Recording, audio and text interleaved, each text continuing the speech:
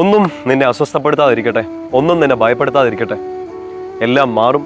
ഈശോ മാത്രം നിലനിൽക്കും. ആവിലായിലെ നമ്മുടെ പ്രിയപ്പെട്ട വിശുദ്ധ അമ്മ ത്രേസ്യയുടെ വാക്കുകളാണ്. Let nothing disturb you, let nothing frighten U.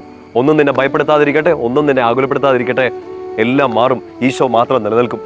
ഈശോയുടെ എൻ്റെ ഏറ്റവും പ്രിയപ്പെട്ട സഹോദരങ്ങളെ, നമ്മുടെ ജീവിതത്തിലെ ചില യാഥാർത്ഥ്യങ്ങളാണല്ലോ ഇതല്ലേ. നമുക്ക് നമ്മുടെ മുമ്പിൽ പ്രശ്നങ്ങളോ പ്രതിസന്ധികളോ ചോദ്യങ്ങളോ സങ്കടങ്ങളോ കണ്ണുനീരുകളോ ഒക്കെ അതിനെയൊക്കെ നമ്മൾ ഓരോ ദിവസവും ഫേസ് ചെയ്തുകൊണ്ടിരിക്കുകയാണ്. ഇന്നും നമുക്കുണ്ടായ ചില വെല്ലുവിളികളൊക്കെ നമ്മുടെ ഉള്ളിലേക്ക് കിട്ടേണ്ട വലിയൊരു ബോധ്യം, നമ്മളെ ശക്തിപ്പെടുത്തേണ്ട വലിയൊരു ബോധ്യം ഇതാണ്.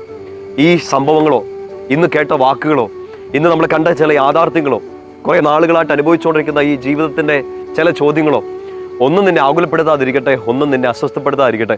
എന്ത് പെട്ടെന്ന് അത് പറഞ്ഞു തീർന്നു നമുക്ക് ചിന്തിക്കാം.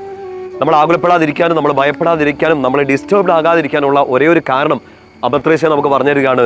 എല്ലാം മാറും, ഒരാൾ നിലനിൽക്കും. ആര്? എൻ്റെ ഈശോ.